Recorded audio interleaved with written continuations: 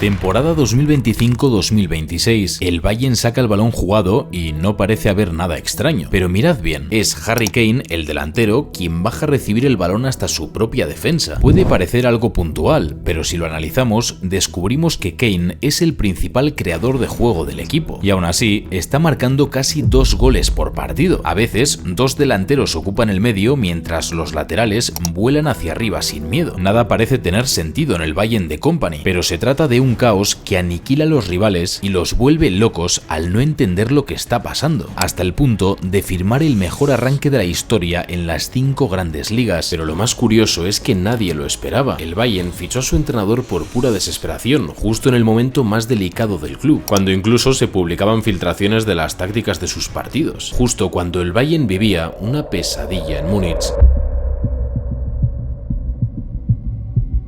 Recientemente, el Bayern de Múnich formó uno de los equipos más espectaculares y poderosos del siglo. A finales de 2019, Hansi Flick creó una máquina de jugar al fútbol en tiempo récord. Aquel equipo metía palizas a cada rival al que se enfrentaba y fue campeón de Europa en 2020 con una impresionante cifra de 43 goles a favor en tan solo 11 partidos. Fueron tan superiores que se convirtieron en el segundo equipo de la historia tras el Barça de Guardiola en conseguir un sextete. En su segunda temporada, el Bayern continuó a un nivel muy alto, pero internamente las cosas se torcieron. Hansi Flick tuvo constantes diferencias con el director deportivo Hasan Salihamidzic. Esto provocó que el míster anunciara por sorpresa su intención de marcharse al finalizar la temporada para entrenar a la selección alemana. Finalmente, Flick abandonó el Bayern con un impresionante récord de un 81% de victorias, pero sobre todo aquel equipo fue recordado por ser un torrente ofensivo que promedió casi 3 goles por partido. En ese momento confiaron el puesto a Julian Nagelsmann con el objetivo de prolongar su etapa ganadora, un técnico de tan solo 33 años. En su primer año ganaron la Supercopa alemana y conquistaron su 10º título de liga consecutivo sin demasiadas complicaciones. No obstante, la temporada quedó muy empañada por una fatal eliminación en la Copa y sobre todo por la gran decepción en Champions ante el Villarreal. A pesar de esto, el Bayern arrancó muy bien su segunda temporada con Nagelsmann y se fueron al Mundial de Qatar con una racha espectacular. Sin embargo, el equipo bajó su rendimiento de forma muy llamativa tras el parón. En medio de todo esto, el Bayern fue un completo desastre en la derrota por 2-1 frente al Leverkusen en Bundesliga. Fue la peor actuación de la temporada con mucha diferencia. Parecía que no tenían ninguna conexión ni propósito dentro del terreno de juego. A su vez, varios jugadores se habían mostrado descontentos con la gestión del vestuario de Nagelsmann. Para colmo, un diario alemán publicó unas filtraciones sobre un plan táctico de partido que había propuesto el propio Nagelsmann, que se mostró muy enfadado por la existencia de un topo en el vestuario. El ambiente estaba tan caldeado que la directiva no esperó y decidió despedir a Nagelsmann justo antes del tramo más importante de la temporada. El anuncio resultó sorprendente para todos, incluso para el propio Nagelsmann, que se enteró por las redes sociales al igual que sus propios jugadores. Inmediatamente después se confirmó a Thomas Tuchel como nuevo entrenador. Nada más llegar, se estrenó con una victoria por 4-2 ante su ex equipo, el Borussia Dortmund, pero en su segundo partido fueron eliminados de la Copa en su propio estadio y justo después cayeron en Champions contra el Manchester City de Guardiola. En Liga también estaban contra las cuerdas y ni siquiera dependían de sí mismos para revalidar el título, pero en un final surrealista y épico y con una cagada estrepitosa del Borussia Dortmund, el Bayern se llevó el campeonato en el último minuto. Habían conquistado su 10ª Bundesliga consecutiva, pero todos sabían que el club no estaba funcionando bien. En plena celebración del título se anunció el despido de Kahn y Salihamidzic, los responsables del área deportiva. A su vez, el club reafirmó a Tuchel y reforzó su delantera con el fichaje estelar de Harry Kane, que se convirtió en el fichaje más caro de la historia de la Bundesliga tras abonar 100 millones de euros al Tottenham. Sin embargo, la temporada arrancó muy mal. Tan mal que un equipo de tercera división los echó de la Copa. Y no os penséis que jugaron con el filial. Por si fuera poco, en Bundesliga tampoco encontraron respuestas ante un Bayer Leverkusen intratable bajo el mando de Xabi Alonso, que demostró su superioridad en el duelo directo con un contundente 3-0, lo que dejó la liga vista para sentencia. Ante estos resultados, el Bayern acordó en febrero de 2024 la salida de Thomas Tuchel al finalizar la temporada. El gigante alemán no ganó ningún trofeo y quedó en tercera posición de Bundesliga, su peor clasificación desde 2010. Y es que, como dijo Goretzka, la situación del club parecía una película de terror interminable, sobre todo para Harry Kane, que había llegado con la esperanza de ganar el primer título de su carrera, pero tuvo que pasar algo que no ocurría desde hacía más de 10 años para impedirlo. El Bayern había perdido su ADN, no tenía un rumbo claro y encima varias fuentes confirmaban que el vestuario estaba muy desgastado desgastado. Para colmo, cuando activaron la búsqueda de su nuevo entrenador se encontraron con una situación insólita. Parecía que nadie quería asumir el mando, pero entonces una reunión con Pep Guardiola lo cambió todo. En medio de la época más delicada de los últimos tiempos, los alemanes sorprendieron a todos cuando anunciaron a un técnico que acababa de descender de la Premier con tan solo 24 puntos. Y mientras todos se echaban las manos a la cabeza, una nueva era había comenzado en Múnich.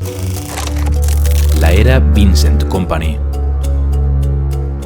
Desde que el Bayern activó la búsqueda de su nuevo entrenador, sus principales opciones se fueron desvaneciendo. La prensa alemana comentó incluso que tantearon la vuelta de Hansi Flick y llegaron a negociar la continuidad de Thomas Tuchel. En medio de la desesperación, el club se reunió con Pep Guardiola para pedirle consejo, y durante una intensa charla telefónica de más de 2 horas salió el nombre de Vincent Kompany. Guardiola le veía el candidato ideal sobre el que construir un proyecto a largo plazo. El Bayern le hizo caso y lo anunció como nuevo entrenador. Pero claro, en ese momento, el míster estaba en el foco de las críticas por su descenso con el Burnley, por lo que todo el mundo se preguntaba lo mismo: ¿por qué han fichado a este chambal? Durante su etapa como jugador, Kompany fue uno de los defensores más dominantes de su generación. El belga se consolidó como el líder del Manchester City con una mezcla poco común de inteligencia táctica, poder físico y una gran salida de balón. Pero todo cambió en la cabeza del jugador cuando Guardiola se cruzó en su camino. Pep Guardiola came into the building for the very first time, explaining a little bit his idea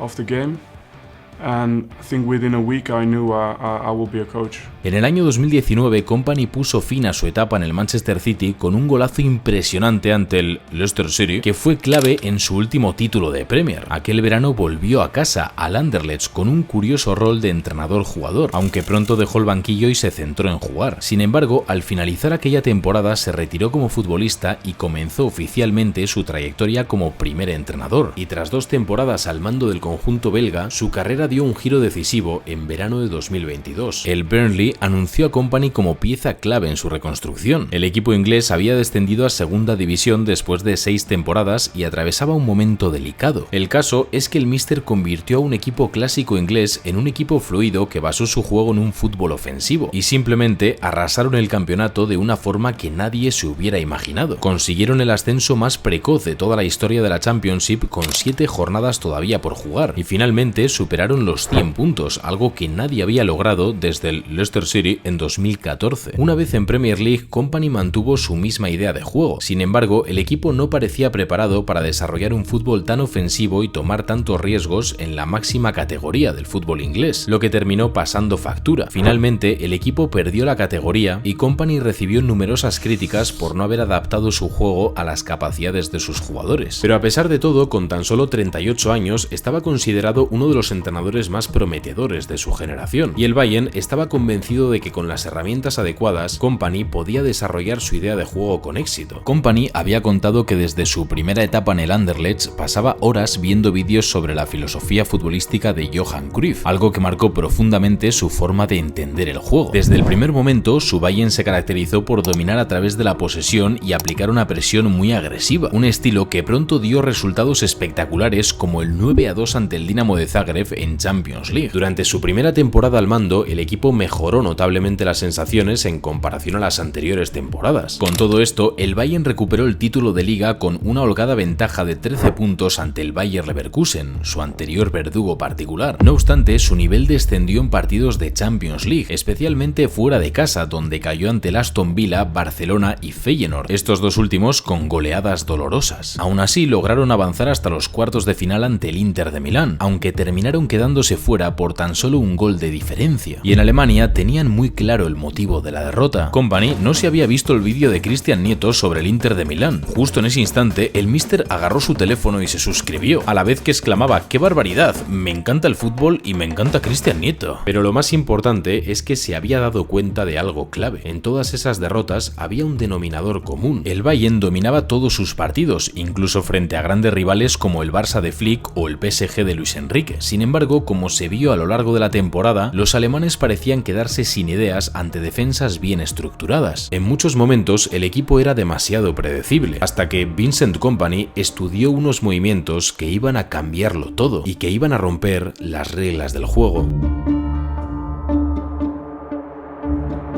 Su Bayern de Múnich parte de un 4-2-3-1 sobre el papel, aunque realmente eso se queda ahí, en el papel. El sistema cambia constantemente y de formas tan sorprendentes como efectivas. Todo comienza desde atrás. El Bayern busca salir con el balón jugado para tener ventajas cuando llega al campo rival, y aquí aparece el cerebro de todas las operaciones, Joshua Kimmich. Kimmich baja para formar una línea de 3 con los centrales. Así, el equipo aprovecha su increíble capacidad para construir el juego y conectar con la siguiente línea. Aquí vemos que uno de los laterales se mete para adentro para cubrir el puesto que deja Kimmich, pero la magia y lo verdaderamente diferencial de este equipo es que cualquiera puede ocupar las posiciones del medio, hasta tal punto que los delanteros se han convertido en los principales creadores de juego. En particular, el mismísimo Harry Kane es el verdadero playmaker de este Bayern. Como hemos visto en otros vídeos, muchos entrenadores están apostando por un caos controlado, donde ya no importa tanto quién ocupa la posición, sino que se ocupe correctamente en el momento justo.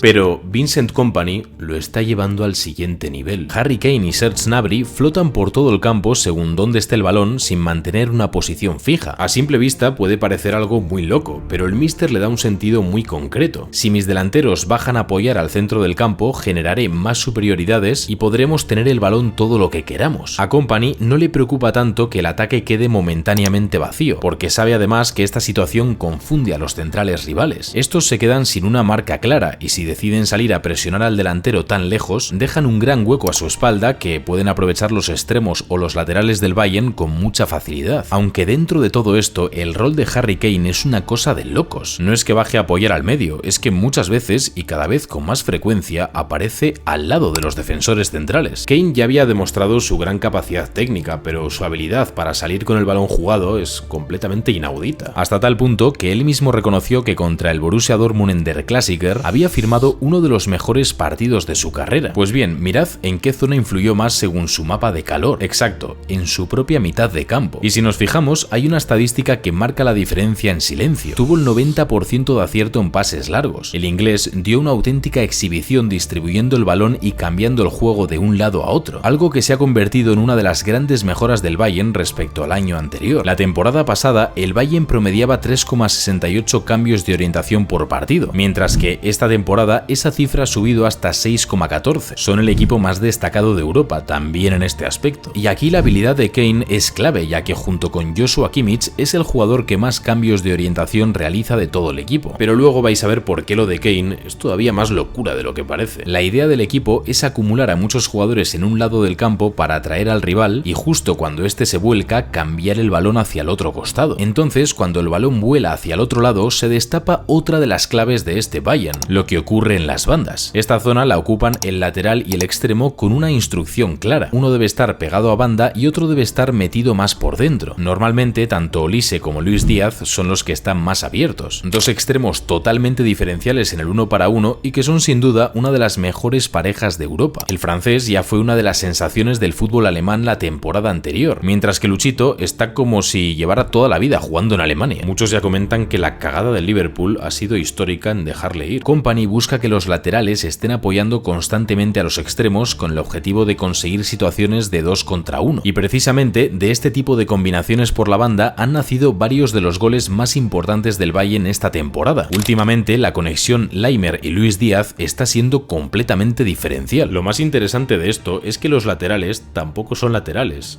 En absoluto, además. Además de apoyar al extremo, aparecen por dentro e incluso muchas veces se desmarcan a la espalda de la defensa. Son los jugadores más dinámicos del equipo y se mueven muchísimo para compensar la libertad posicional de otros compañeros. En especial es una pasada lo de Konrad Laimer. Este tío, que ha jugado de centrocampista toda su vida, genera constantemente situaciones de peligro para el equipo. Y es que Laimer es un jugador muy inteligente a la hora de leer las distintas situaciones del juego. Sin duda, el tapado de este Bayern y una bendición para su entrenador.